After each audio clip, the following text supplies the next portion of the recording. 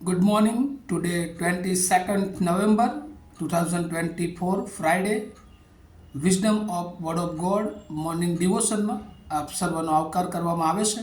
પ્રેમી સલામ પાઠવવામાં આવે છે.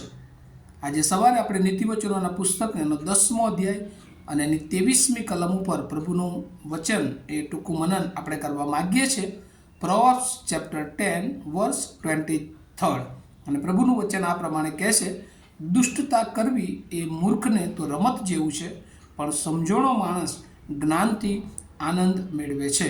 અને અત્યારે આપણે જે પ્રભુનું વચન જોઈ રહ્યા છે ને ત્યાં નીતિવચન 10 થી 22 કે જે સુલેમાનના નીતિવચનો છે અને જુદી જુદી બાબતોમાં અને ખાસ કરીને રાઈટ અને રોંગ, સાચું અને ખોટું, એ બંને વચ્ચેની જે ભેદરેખા છે, બંનેની જે સમજણ છે, અને એમાં જ્ઞાની માણસ તરીકે, દેવને ઓળખનાર વ્યક્તિ તરીકે, દેવનું ભય અને બીક રાખનાર એ લોકો તરીકે, એના વિશ્વાસુ લોકો તરીકે આપણે કયા માર્ગમાં આગળ વધવું જોઈએ અને કયા માર્ગમાં બેનિફિટ છે અને કયા માર્ગમાં નુકસાન છે, એ વિશે આપણને આ પૃથ્વી પરના જીવનોમાં અને એથી વિશેષ અનંતકાળના જીવનો સુધીની એ ઇન્ફોર્મેશન, એ જ્ઞાન એ પૂરું પાડે છે. હવે નિર્ણય એ આપણે કરવાનો હોય છે. અને અહીંયા 23મી કલમ કહે છે કે જે લોકો મૂર્ખનો માર્ગ પસંદ કરે છે અને એ દુષ્ટતા તરફ આગળ વધે છે. અને અહીંયા 23મી કલમમાં લખ્યું છે, દુષ્ટતા કરવી એ મૂર્ખને તો રમત જેવું છે. જેમ આપણે જોઈએ છીએ કે બાળકો એ નાની નાની બાબતોમાં ઘણી બધી વાર રમત કરે છે. એમને એ રમત જેવું લાગે છે કે આમાં કશું બહુ ગંભીરતા નથી, સિરિયસનેસ નથી, અને એટલે એ લોકો ઘણી બધી વાર એ કરે છે. અને દુષ્ટતા એ પણ મૂર્ખ જે હોય છે એ આવી રીતે કરે છે કે એના માટે જાણે એવું લાગતું જ નથી કે અમે દુષ્ટતા કરીએ છીએ. અને આજે આપણે ચારે તરફ જોઈએ છીએ કે લોકો એ પાપના પડીકા બાંધે છે. ઘણા બધાને ખબર હોય છે કે પાપ કરવાથી, ખોટું કરવાથી એનું પરિણામ ભોગવવું પડશે, પણ તેમ છતાં જાણે કે રમતમાં અત્યારે કેટલા બધા લોકો એ આપણે જોઈએ છે કે રોડ ઉપર ગમે તેને મારે છે, એક્સિડન્ટ કરે છે, ઘણા બધા લોકોના જીવ લઈ લે છે. અત્યારે આપણે જોઈએ છે કે ઘણા બધા લોકો એ વ્યભિચારની દુષ્ટતા તરફ આગળ વધી રહ્યા છે. ઘણા બધા લોકો જુઠ્ઠી રીતે લોકોને છેતરીને કેટલા બધા એ પાપોમાં આગળ વધી રહ્યા છે, કારણ કે એમને એવું લાગતું જ નથી કે એ દુષ્ટતાનું પરિણામ એ એમણે ભોગવવું પડશે. પણ દુષ્ટતા એ રમતની જેમ એ આ દિવસોમાં કરી રહ્યા છે. પણ જેઓ ખરેખર પ્રભુની ઓળખમાં છે તેઓને આજે બાઇબલ, પ્રભુનું વચન એ પ્રમાણે કહે છે, પણ સમજણો માણસ, જ્ઞાની માણસ, એની પાસે એક અન્ડરસ્ટેન્ડિંગ હોય છે. દેવના આત્મા એને સતત એ દરેક પરિસ્થિતિમાં દોડતો હોય છે, અને એ આત્માની સમજણમાં એ જે જ્ઞાન છે એનાથી એ હંમેશા એ આનંદ મેળવે છે અને એ દુષ્ટતાથી પોતાની જાતને એ દૂર રાખે છે. It is sport to a fool to do mischief, but a man of understanding hath wisdom. અને એ ડિલાઇટ. અને એટલે આપણે અહીંયા જોઈએ છે કે જે માણસ મૂર્ખ છે અને આ તરફ વધે છે, એ પાપ તરફ આગળ વધે છે, એ દુઃખ તરફ આગળ વધે છે.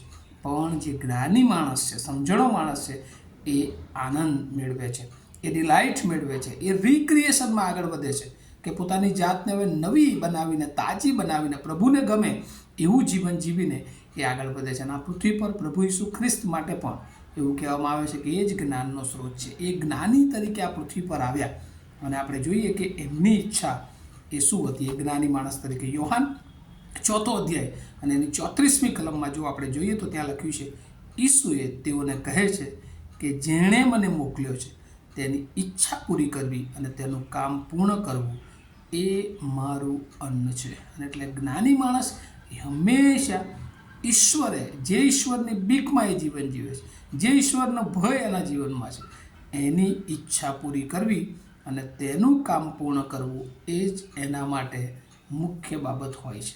અને એટલે હંમેશા એ બીજાઓને પ્રેમ કરે છે, બીજાઓને મદદ કરવા એ તત્પર હોય છે. અને આપણે આ પૃથ્વી પર આપણા જીવનોને તપાસીએ કે શું આપણે એ આપણા પોતાના સ્વાર્થ માટે એ લોકોને હેરાન કરીએ છીએ, લોકોને પરેશાન કરીએ છીએ, લોકોના માટે પ્રપંચો રચીએ છીએ, કે પછી આપણે ઈશ્વરે જે આપણને મોકલ્યા છે આ પૃથ્વી પર એના બાળકો તરીકે એની ઈચ્છા પૂરી કરવાને માટે અને તેનું કામ પૂર્ણ કરવાને માટે આપણે સતત જાગૃત રહીએ છીએ, કે લાગણી રહીએ છીએ, કે આપણે એક કામ માટે મચ્યા રહીએ છીએ. જો આપણે કોઈક રીતે એ દુષ્ટતા તરફ આગળ વધ્યા છે. એને રમત સમજીને એવું જાણીએ છે, પણ ન્યાય કાળે વલાઓ આપણે એક દિવસ રડવું અને પસ્તાવું થશે. જો આ મૂર્ખ બાબત દુષ્ટતા તરફ આગળ વધીએ છે, સરસ લાગે છે જ્યારે દુષ્ટતા હોય છે.